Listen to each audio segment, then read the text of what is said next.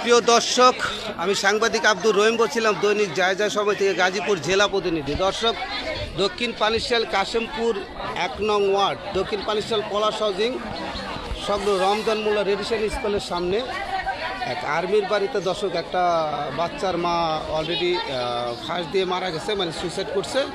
তো দর্শক, আমি যে কথাটা বলতে চাইতেছি, এই বাচ্চাটার দুইটা ছোট বাচ্চা আছে। মেয়েটার বয়স সর্বোচ্চ যদি যায় 18 থেকে 19 বছর বয়স হবে। দর্শক, বিস্তারিত নিউজের সাথে থাকবে। তো দর্শক, যেটা বলতে চাইতেছি দর্শক, এই যে ঘটনাটা ঘটেছে দর্শক, এটার বিস্তারিত এখনও আমরা কিছু জানতে পারি নাই। প্রশাসনের গাড়ি এসেছে কাশিমপুর থানার অধীনে। তো দর্শক, আমি বিস্তারিত লাশ এখনও নামানো হয়নি দর্শক, লাশ নামাক তারপরে আমি বিস্তারিত ধরে দিচ্ছি। দর্শক, লাশটা আছে দর্শক দোতলায় এখনও ঝুলন্ত অবস্থায় আছে। প্রশাসন এখানে গেছে দর্শক, প্রশাসনের কাজ করতেছে। দর্শক, এই যে দেখতেছেন প্রশাসন অলরেডি এখানে কাজ করতেছে। দর্শক দেখুন।